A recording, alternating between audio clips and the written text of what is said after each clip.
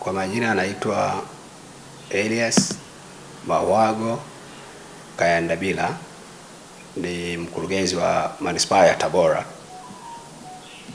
Naomba nichukue nafasi hii kwa namna ya pekee kwanza kukishukuru sana Chama cha Mapinduzi chini ya mwenyekiti wa chama taifa ambaye pia ni Mheshimiwa Rais wa Jamhuri ya Muungano wa Tanzania, Dr. Samia Suluhu Hassan, kwa kazi kubwa na nzuri ambazo ameendelea kuzifanya kupitia utekelezaji wa ilani. Sasa kwa nini nimeshukuru? Nimeshukuru kwa sababu sisi, kwa mfano, kwa Manispaa ya Tabora, ukiangalia kwa maana ya mipango yetu kwa miaka minne, tunaongelea mafanikio ya miaka minne ya Mheshimiwa Rais tangu ameingia madarakani 2021 mpaka sasa. Ukiangalia maoteo yetu kwenye upande wa miradi ya maendeleo peke yake, tulipaswa tukusanye bilioni 239, lakini utaona uhalisia tumepokea bilioni 272, ambayo ni sawa na 114%, kwa maana kwamba tulichokiotea maoteo yetu tumepokea katika kipindi cha miaka minne ya Mama Samia, Mheshimiwa Rais, tumepokea kwa zaidi ya 14%. Sasa hizi bilioni 239 ambazo sisi tulipanga kuzipokea, ambazo zimekuja bilioni 272, tumezipokea katika sekta zipi? Tumepokea katika sekta kama 8. Tumepokea katika sekta ya afya, ambapo sekta ya afya kwa kipindi cha miaka minne tumepokea bilioni 8. Lakini kuna elimu msingi. Elimu msingi tumepokea bilioni 10. Elimu sekondari tumepokea bilioni 26. Lakini kuna eneo la utawala ambapo tumepokea bilioni 4. Kuna eneo la mifugo, kilimo na mifugo, tumepokea bilioni 7. Lakini kuna eneo la tasafu ambalo tumepokea takriban bilioni 4, ni 3.96 bilioni. Lakini kuna mikopo ya vikundi. Mikopo ya vikundi tumetoa bilioni 4.2. Lakini pia kuna miradi sasa ya kimkakati katika eneo letu la Tabora, tutakuja kueleza huko mbele. Katika kipindi hiki cha miaka minne iliibuka miradi ambayo ni ya kimkakati ambayo tumeweza kupokea bilioni 38. Sasa kwenye maeneo kama ya afya na sekta hizo ambazo nimezisema, kwanza tumeweza kwenye eneo la sekta ya afya kujenga hospitali mpya ya wilaya, lakini tumeweza kujenga vituo 3 vipya vya afya, yani health centers. Tumejenga kituo cha maili 5. Nyinyi wanahabari ni mashahidi na mtaenda kuwaonyesha wananchi huko. Lakini pia tumejenga kituo cha Itetemia ambacho kimejengwa kwa mapato ya ndani. Lakini pia tumeweza kujenga kituo cha Misha. Lakini pia tumeweza kukamilisha ujenzi wa zahanati 7 katika kipindi hiki cha miaka minne, ambazo ni zahanati za Itulu, Igosha, Igombe, Igambilo, Mtendeni, Ng'ambo na Kapunzi. Lakini eneo lingine muhimu katika sekta ya afya ni eneo la dawa na vifaa tiba.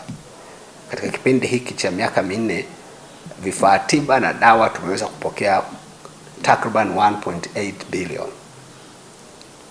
Hatua ambayo imepelekea sisi wana Tabora Manispaa au wananchi wa Tabora Manispaa kuweza kuwa na uhakika wa upatikanaji wa dawa, ambapo sasa dawa muhimu katika eneo letu zinapatikana kwa 95%. Unaweza ukaona haya ni maendeleo makubwa. Katika eneo la miradi ya kimkakati, lenyi ni mashahidi na mtawaonyesha Watanzania mambo makubwa ambayo yamefanywa na serikali hii chini ya Chama cha Mapinduzi kama nilivyoeleza, chini ya Mheshimiwa Rais Dr. Samia Suluhu Hassan. Tumekuwa na miradi mikubwa ya kimkakati mitatu. Tumekuwa na ujenzi wa soko kuu la Tabora mjini katika kata yetu ile ya Chemchem, lakini tuna ujenzi wa stendi mpya ya kisasa ya mabasi kwenye eneo letu lile la maarufu kama Inara. Lakini pia tumekuwa na ujenzi wa barabara za lami za kilomita 10. Sasa ujenzi wa soko na stendi ilikuwa kama package moja ambayo sasa mkandarasi yupo na sasa ujenzi umefikia 8%. Tumekuwa na changamoto kidogo, eneo letu lilibarikiwa kuwa na mvua nyingi mwaka huu, na mtafika pale mtaona kumekuwa na water table iko juu kwenye eneo letu la Tabora. Kwa hiyo tumekuwa na hiyo changamoto ya maji kwenye ujenzi, lakini tuko 8% na mradi umegharimu bilioni 19.9 za Kitanzania.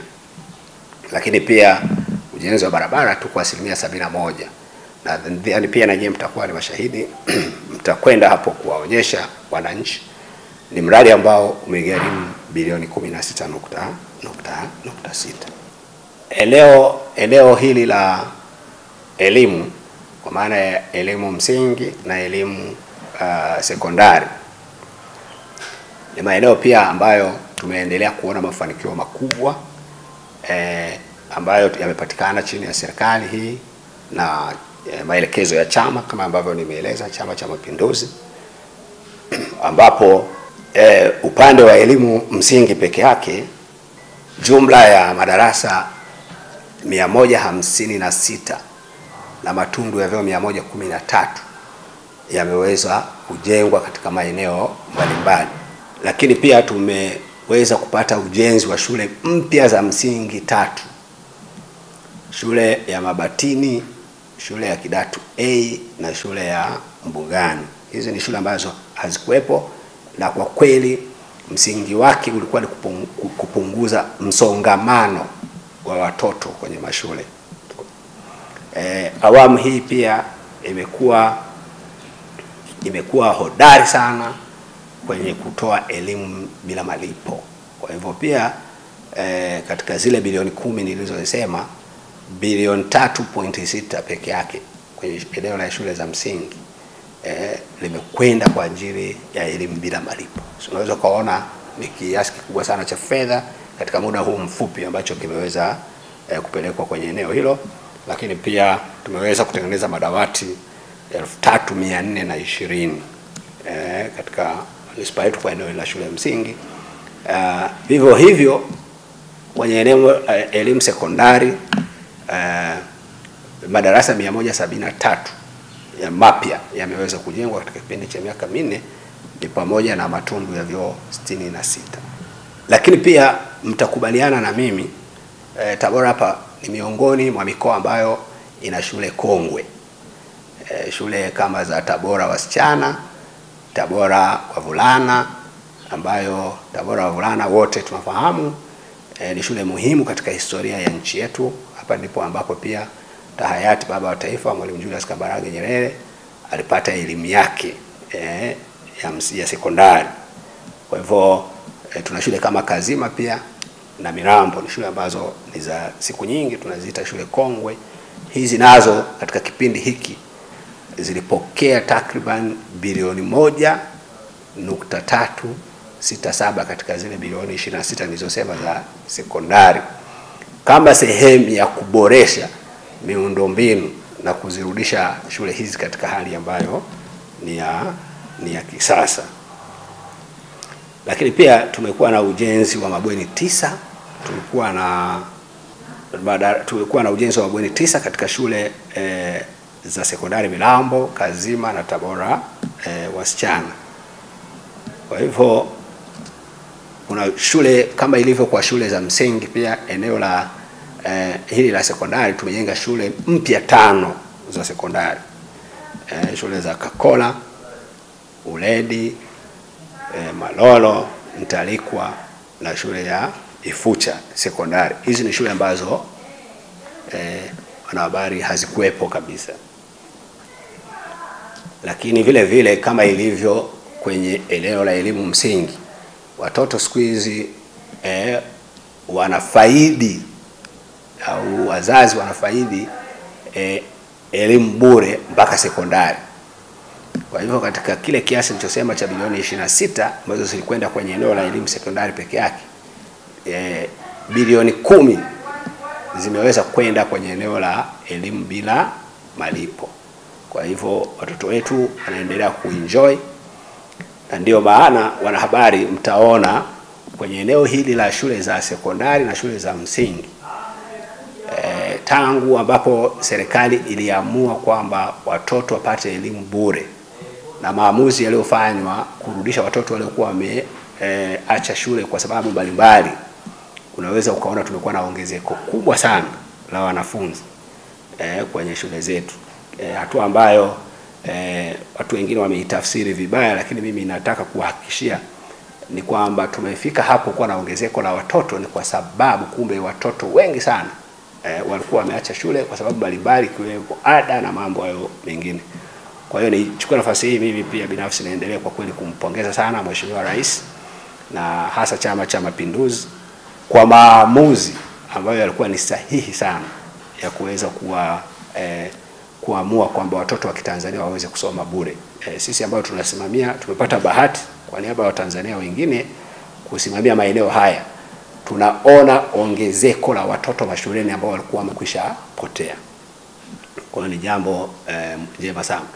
Eneo la utawala nilieleza kwamba tulipokea bilioni 4.9. Tumepokea fedha hizi kwenye ujenzi wa jengo letu la utawala.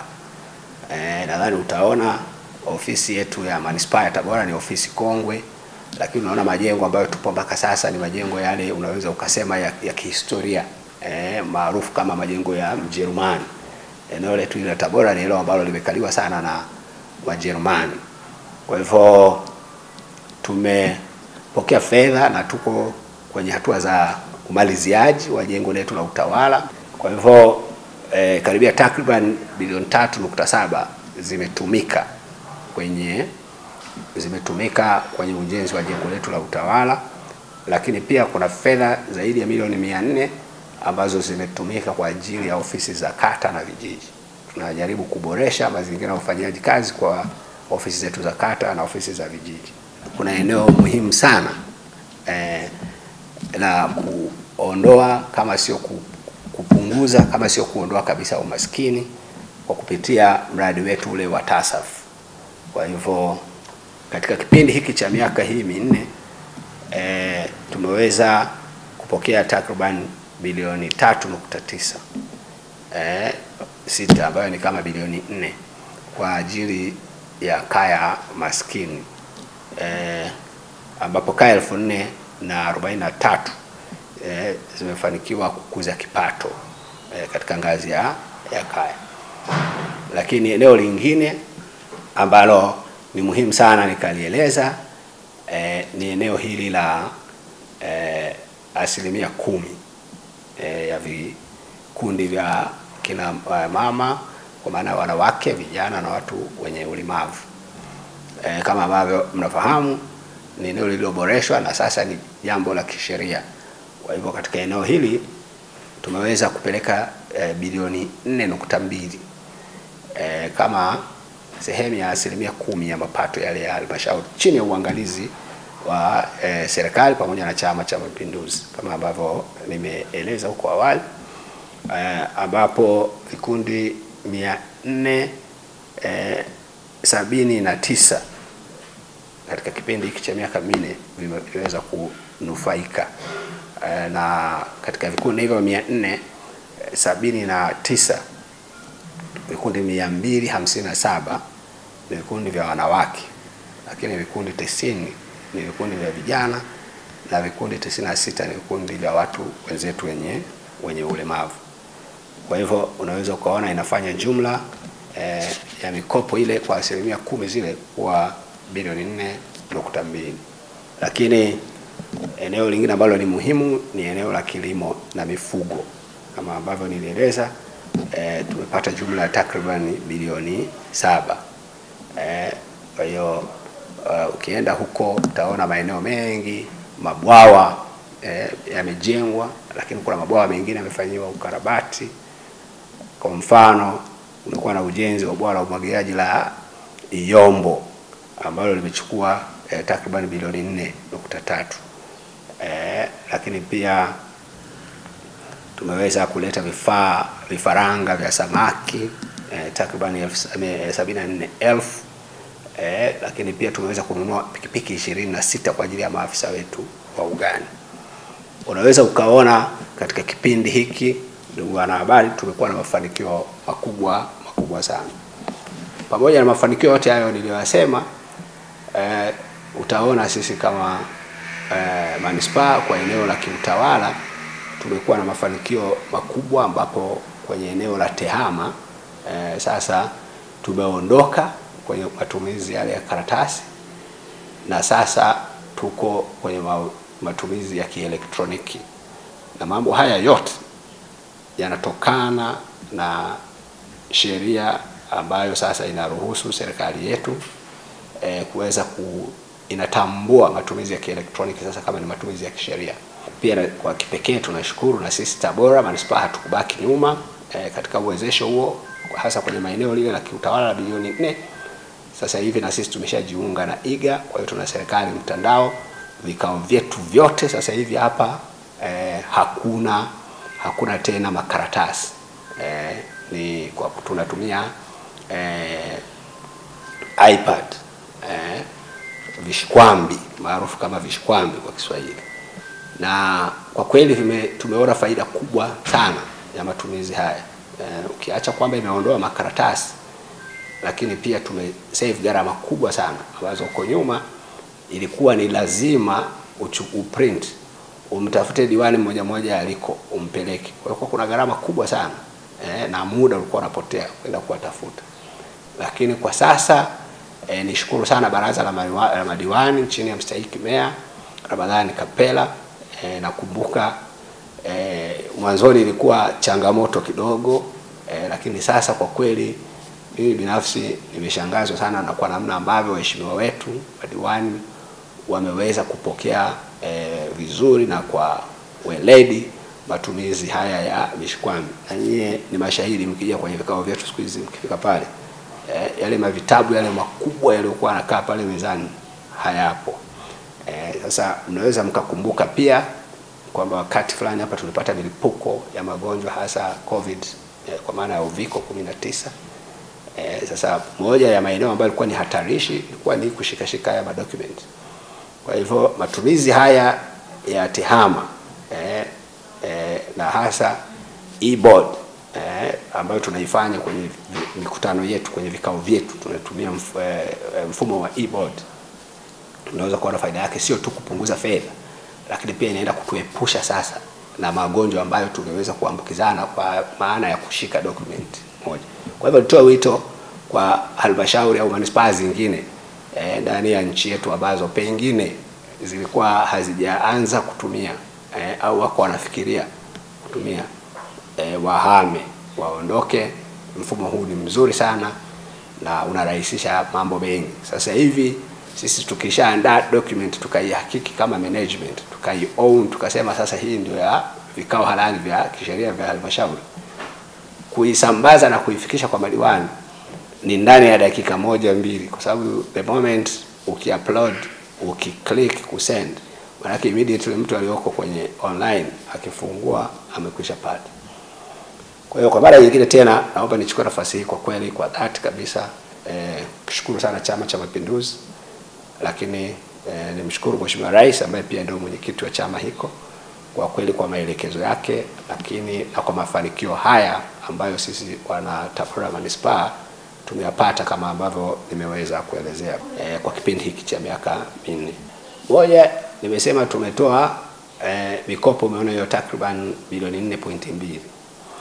Hizo ni fedha ambazo zimeenda kwenye makundi 400 na kitu ambayo nimetaja, ambayo ni wanawake, vijana na watu wenye ulemavu. Utaona kuna vijana walikuwa hawana kazi, wameanzisha vikundi. Kuna wengine wamepata vyombo vya usafiri, wanafanya usafirishaji. Kuna kina mama, tuna kikundi hapa cha kina mama, walikuwa wanasindika maziwa, walikuwa wajulikani, sasa hivi wamekwenda mpaka kimataifa, wamepata international recognition certificates. Lakini tuna vikundi vingi sana, kwa hiyo unaweza kuona. Lakini tumeeleza maeneo ya TASAF. Unaona ni kwa namna gani wananchi wameweza kupata, kaya zile maskini zimeongeza kipato kwa kupokea zile fedha. Lakini miradi yetu hii mingine mikubwa ambayo tumeitaja ni miradi ambayo moja kwa moja inaajiri watu wetu. Hiyo ni faida mojawapo. Lakini pia kuna faida ambayo nyingine ni ya ajira ambayo sio ya moja kwa moja, kwa sababu uwepo wa watumishi au wakandarasi wanaofanya shughuli kwenye miradi hii wanahitaji malazi, wanahitaji chakula. Kwa hiyo ni watu wetu hapa Tabora ndio wamekuwa wakiprovide hizo huduma. Lakini pia kama ambavyo tumesema, elimu bila malipo. Umeona ni fedha nyingi sana zimeingia kwenye sekta ya elimu ambazo zimeletwa na tumeziingiza mtaani. Kwa hiyo fedha hizi unazoziona tunasema bilioni 272, maana yake zimecirculate ndani ya eneo letu la manispaa. Kuna watu wana maduka ya hardware, wamefanya kazi kubwa sana kwenye ujenzi ambao tumesema wa madarasa. Tumenunua hapa kwa watu wetu. Kwa hivyo kuna impact kubwa sana kwenye uchumi wetu wa Tabora. Sisi serikalini hatuna chama. Sisi serikalini chama chetu kinaitwa AGIP, Any Government in Power. Na kwa sasa hivi maana yake ni kwamba serikali iliyoko madarakani imewekwa na Chama cha Mapinduzi. Sasa unaweza ukaona mafanikio, ahadi walizozisema na mafanikio ambayo tumeyapata. Nimeeleza hapo. Maoteo yetu ilikuwa ni kupata bilioni 239. Lakini zimekuja bilioni 270 na kitu. Kwa hiyo maana yake ni kwamba Chama cha Mapinduzi ambacho kiko madarakani kiliahidi na kimeleta kwa asilimia zaidi ya asilimia 14 ya mambo ambayo kiliahidi. Unaona? Kwa hiyo ukiniuliza mimi, maana yake naweza nikasema ni kweli tunaenda kufanya maamuzi ambayo ni ya kikatiba, ni haki za wananchi, lakini ni muhimu sana kufanya maamuzi sahihi. Ndio ninachoweza kukisema mimi.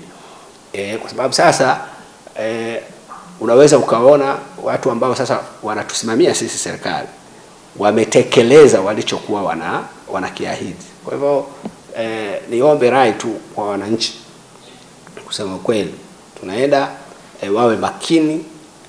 Unajua hata kwenye wahenga waliwahi kusema zimu ilikujualo halikuli likakwisha.